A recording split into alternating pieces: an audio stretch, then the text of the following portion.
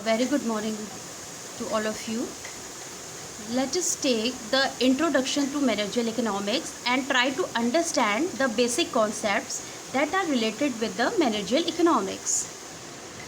Well, the first portion is about the meaning, what actually this managerial economics stands for. This is where managerial economics can help the managers, as it is an amalgamation of economics theory with business practices so as to ease decision making and future planning by management. Hence students, the managerial economics is a field of applied economics that studies the financial, organizational, market related and environmental issues and whatever are faced by the corporations के द्वारा जो भी organisation, financial और market से related issues face किए जाते हैं वो मैनेजरियल इकोनॉमिक्स का सब्जेक्ट पार्ट होते हैं. Business economics encompasses subjects such as the concept of society, product factors, distribution and consumption. जैसा कि हम जानते ही हैं, इकोनॉमिक्स का जो बेसिक कॉन्सेप्ट है उसमें हमारा स्कैरिसिटी, दुर्लभता, प्रोडक्ट फैक्टर्स, डिस्ट्रीब्यूशन और कंजप्शन मेनली कवर करते हैं. बिजनेस इकोनॉमिक्स इसी को मैनेजमेंट पूरे माइक्रो और मैक्रो लेवल से स्टडी करने का प्रयास करता है ताकि वो मैनेजमेंट को फ्यूचर प्लानिंग और डिसीजन मेकिंग में हेल्प कर सके. Second thing is, managerial economics assess the managers of a firm in a rational forecasting of demand and supply and solving obstacle faces in the firm's activity. Now, a country's standard of living depends on its ability to produce goods and services. तो managerial economics का ये effort रहता है कि demand और supply से related forecasting कर सकें और जितने भी ऑब्स्टिकल्स आ रहे हैं, जो भी फर्म्स एक्टिविटी को फेस करने पड़ रहे हैं, उसको डील करने में वो हेल्प प्रोवाइड करे. Next is it guides the managers in taking decision. निर्णय लेने में ये मैनेजमेंट को हेल्पफुल होता है. नाउ डिसीजन किस चीज़ के?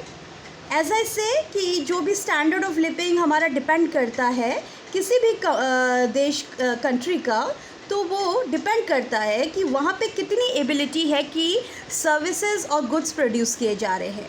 तो जो मेनली टारगेट रहता है, जो मेनली चैलेंजेस रहते हैं बिफोर एनी मैनेजमेंट और any organization, that is how do we decide what to produce with limited resources. हम लिमिटेड संसाधनों से कैसे प्रोडक्शन कर सकें. Secondly, how do we ensure stable prices and full employment to resources? दूसरा जो decision रहता है वो एम्प्लॉयमेंट का रहता है. फुल एम्प्लॉयमेंट कैसे दिया जाए, लिमिटेड रिसोर्सेज के साथ कैसे दिया जाए, प्राइजेस को स्टेबल कैसे किया जाए. How do we provide a rising standard of living today and in the future.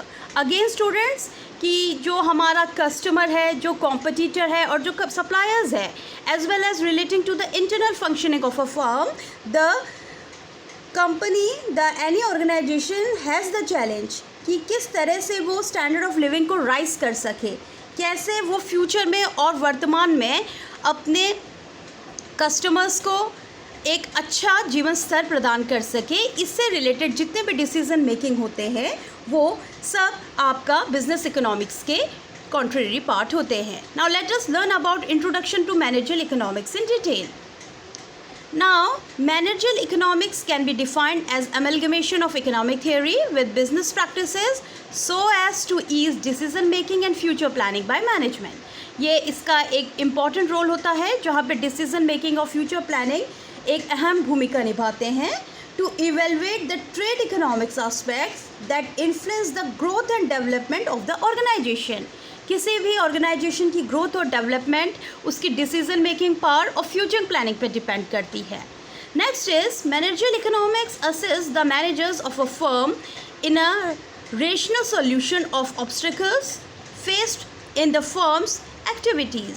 Now जो सेकंड थिंग होती है स्टूडेंट्स, वो ये होती है जो भी प्रोडक्शन है, फाइनेंशियली एक्टिविटीज़ है, मार्केट है एंड ह्यूमन रिसोर्स से रिलेटेड डिसीजंस हैं, वो सब मैनेजरियल इकोनॉमिक्स को कवर करने पड़ते हैं. तो जो भी असिस्ट करता है मैनेजरियल इकोनॉमिक्स वो इन सारे स्कोप्स को कवर करता है। Now what are the purposes of managerial economics. अब अगर आप पर्पस की बात करें तो यही बात आती है, the important areas of decision making, as I say and we have discussed it many times. जो भी डिटर्मिनेशन हो रहा है वो हो रहा है relating determination of price and quantity, हम प्राइस एंड क्वांटिटी क्या निर्धारित करें। डिसीजन ऑन प्रमोशनल स्ट्रेटजीज, किस तरह से हमें प्रमोशन करना है अपनी गुड्स एंड सर्विसेज का, हमारे एडवर्टीजमेंट्स के सोर्सेज क्या होंगे, हमने क्या ऑनलाइन ऑफलाइन सोर्सेज अप्लाई करना है। Basically you can say it is starting from what to produce, how to produce and from whom to produce. That simply means आपका प्रेजेंट से लेके फ्यूचर तक हमसे जो स्कैरिसिटी यानी लिमिटेड रिसोर्सेज है उसको सबको रिसॉल्व करके एक फंडामेंटल क्वेश्चन को सॉर्ट आउट करना है। Then the optimum input combination, जो भी इनपुट कॉम्बिनेशन रहेगा बेसिकली वो क्या रहेगा, उसमें क्या क्या चीज़ें हमारी इंक्लूडेड रहेंगी। This is again the purpose of managerial economics and allocation of resources. Now allocation of resources means अपने संसाधनों को, आपके जो नेचुरल रिसोर्सेज हैं और आपके जो मैन मेड रिसोर्सेज हैं उनको कैसे एलोकेट किया है। In nutshell, we can say the purpose to use of managerial economics principles in a firm is to answer these questions. इन सभी questions को managerial economics solve करने का पूरा effort करता है। Now, the next term which covers the managerial economics is called the opportunity cost principle. Opportunity cost principle is basically, student, a major concept of managerial economics which says the opportunity cost of decision means the sacrifice of alternative required by the decisions. Yani it represents the potential benefits of individual, investors and trade out when choosing one alternative over other. जब एक alternative से दूसरे को choose करने का question रहता है तो उसको हम opportunity cost में include करते हैं. Basically it is the value of the next highest valued alternative used for that resources. For example, spend time and money going to a movie cannot be spent that time at home reading a book or money spent on something else. अगर आप अपनी time और money किसी movie को देखने को में spend करते हैं तो वो आपकी अपॉर्चुनिटी मिस करेगा कि आप घर पे बैठ के स्टडी कर रहे हैं या you are spending your money on something else. So whenever you are choosing the alternative, okay, that is the opportunity cost principle. If there are no sacrifices, there is no cost. Again, this is the basic rule of the managerial economics. और एक और चीज़ अगर आप इसमें add करेंगे, according to opportunity cost principle, a firm can hire a factor of production if and only if that factor earns a reward in that occupation job equal or greater than its opportunity cost. Again I'll explain it. अगर आपको office जाना है तो आपको अपना time save करने के लिए क्या आप एक कैब चूज़ करेंगे या फिर आप बाय वॉक जाना प्रेफर करेंगे, तो अपॉर्चुनिटी देखी जाती है कि जिसमें आपका टाइम सेव हो रहा है, एनर्जी सेव हो रही है, मनी सेव हो रही है। तो बेसिकली अपॉर्चुनिटी कॉस्ट प्रिंसिपल इसी पर बेस्ड है जो डिसीजन मेकिंग में ऑल्टरनेटिव रिक्वायरमेंट को हाईलाइट करता है। Now what are the uses of managerial economics? In short students, as I say it many times, जितने भी नॉन प्रॉफिट ऑर्गेनाइजेशंस हैं जैसे hospital, educational institutions etcetera, it enables the optimum utilizations of scarce resources in such organization as well as helping achieving the goals in more efficient manner. Basically managerial economics का मोटो यही रहता है कि जो भी help है प्राइस एनालिसिस में, production analysis में, capital budgeting, risk analysis and determination of demand, उसमें वो इंडिविजुअल को, ऑर्गेनाइजेशंस को, नेशंस को हेल्प प्रोवाइड कर सके. You can say helping an individual and as a whole. Now managerial economics and environmental analysis. Now it is the managerial economics should analyze the 4 environmental influence जो किसी भी एक trade या business को प्रभावित करते हैं. वो होते हैं इकोनॉमिक, सोशल, पॉलिटिकल और technological. In short we can say कि ये सारे फैक्टर्स एक्सटर्नल फैक्टर्स होते हैं जो एनालाइज करना बहुत ज़्यादा आपके ऑर्गेनाइजेशन के लिए चैलेंजिंग जॉब होता है, because it is affecting the organisational.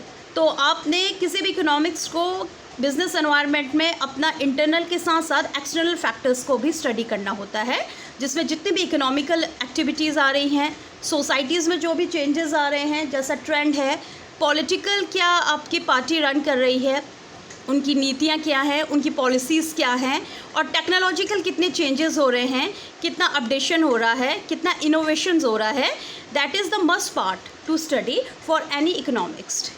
Now industry competition, if we take this one, again this is a major part of managerial economics students. It says that the role of market analysis in managerial economics is basically the brand competition. जो आप देखते हैं पूरा का पूरा imperfect market में ये पूरा का पूरा दिखाई देता है. इंडस्ट्रियल कंपटीशन भी एक पार्ट होता है कंपटीशन में, जिसमें मार्केट का एनालिसिस करना मेन थीम रहता है.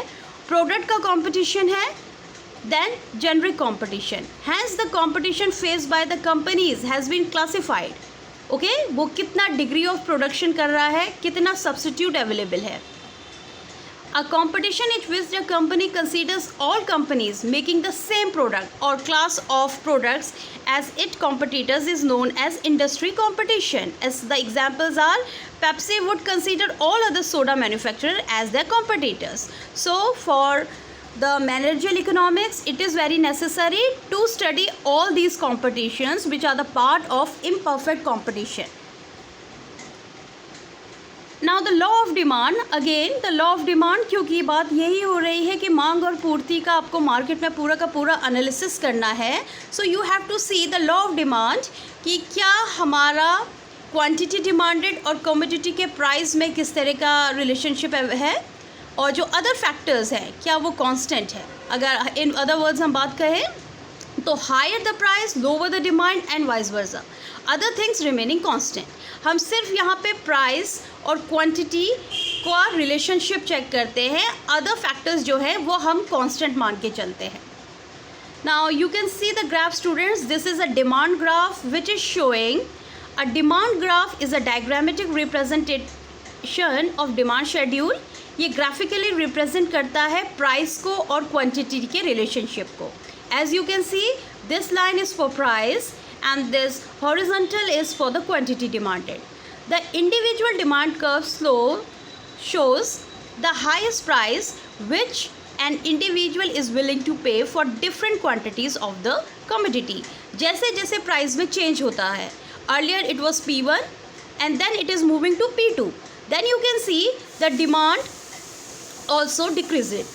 तो ये P1 था, तब हमारा क्वांटिटी 1 की डिमांड रही थी, और जैसे ही प्राइस बढ़ा P2, ये शिफ्ट होके क्वांटिटी क्या हो गई, कम हो गई. It is going to Q2. So this is the demand curve and for managerial economics it is necessary to study. Now what is the law of diminishing marginal utility. Law of diminishing marginal utility is the basic cause of the law of demand. यानी demand में क्यों परिवर्तन आता है, क्यों changes आता है, उसके पीछे जो बेसिक फैक्टर वर्क करता है, that is called the diminishing marginal utility. What it is actually, the law of diminishing marginal utility states that as an individual consumes more and more units of a commodity, the utility derived from it goes on decreasing. यानी हम किसी भी चीज़ का जब consumption करते हैं और जैसे जैसे हम उसे कंज्यूम करते जाते हैं, उसकी यूटिलिटी जो होती है वो कम होती जाती है. इसी वजह से इसे डिमिनिशिंग मार्जिनल यूटिलिटी कहा जाता है. Now let us take an example. Now if I give you a real life example, Rachel is very fond of mangoes. She ate 6 mangoes in 10 minutes. Eating mangoes give Rachel a sense of satisfaction or you can say happiness. Okay? अगर 6 mangoes को वो 10 minutes में खा जाती है, तो you can say, do you think the amount of satisfaction that Rachel would get from eating the last mango would be the same as she gets from the first one? No. Okay, because जैसे जैसे time spend होता जाता है और जैसे जैसे हम 1 mango 2 mango 3 mango consume करते जाते हैं, वैसे वैसे आपका जो डिमिनिशिंग मार्जिनल यूटिलिटी का लॉ है वो अप्लाई होता जाता है, धीरे धीरे वो कम होने लगता है. So you can say the answer would be no.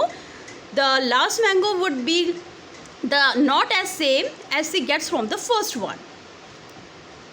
Now, perishable and non-perishable students, storage capacity is not the only issue.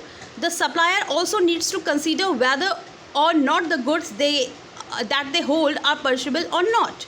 सिर्फ लॉ ऑफ डिमांड या मार्जिनल यूटिलिटी का लॉ ही के साथ साथ हमारा कुछ अदर फैक्टर्स भी इस पे वर्क करते हैं. जैसे perishable goods have a limited shelf time and the buyers know it. Suppose you can say eggs, newspaper, vegetables, fruits, इनकी अपनी एक सेल्फ टाइम होती है और ये 1-2 दिन के अंदर आपको कंज्यूम करने पड़ते हैं, अदरवाइज ये ख़राब हो जाएंगे. Okay, the buyer can't wait for some time and producers will have to lower the prices to take the losses that arises from wastage. Now again the theory says कि इस तरह की अगर आपके पास पर्सिबल गुड्स आप प्रोड्यूस कर रहे हैं जिनकी लिमिटेड सेल्फ लाइफ है तो प्रोड्यूसर्स को उसके प्राइस कम करने पड़ते हैं, क्योंकि उसकी लाइफ अगर ख़त्म हो रही है तो उसको लॉस वेस्टेज से हो जाएगा. So definitely you can say that the producer has to see कि उसका प्रोडक्ट की क्वालिटी क्या है. ओके, वो कितना पर्सिबल और नॉन पर्सिबल को शो करता है. Now what are the role of managerial economics and business decisions. जो भी बिजनेस ऑब्जेक्टिव है, कोई भी स्ट्रेटजीज अगर बिजनेस डिसाइड करता है तो डेफिनेटली मैनेजमेंट इकोनॉमिक्स उसे हेल्प करता है. It helps to maximize organizational response to demand and opportunities, जिसकी अभी हमने बात की कि डिमांड और अपॉर्चुनिटीज़ को कैसे निर्धारित करना है. ये मैनेजरियल इकोनॉमिक्स के सामने एक चैलेंज रहता है. मैनेजरियल इकोनॉमिक्स इसे हेल्प करता है सॉल्व करने के लिए. It helps to overcome organisational threats, either they are internal और एक्सटर्नल. ओके, उससे ऑर्गेनाइजेशन ओवरकम तभी कर सकता है जब वो मैनेजरियल इकोनॉमिक्स की हेल्प लेता है.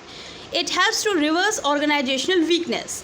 आपको पता चल जाता है कि कहाँ पे शॉर्ट कमिंग्स हैं, कहाँ पे वेरिएंसेस हैं, कहाँ पे ऑर्गेनाइजेशन अपना बेस्ट नहीं कर पा रहा है.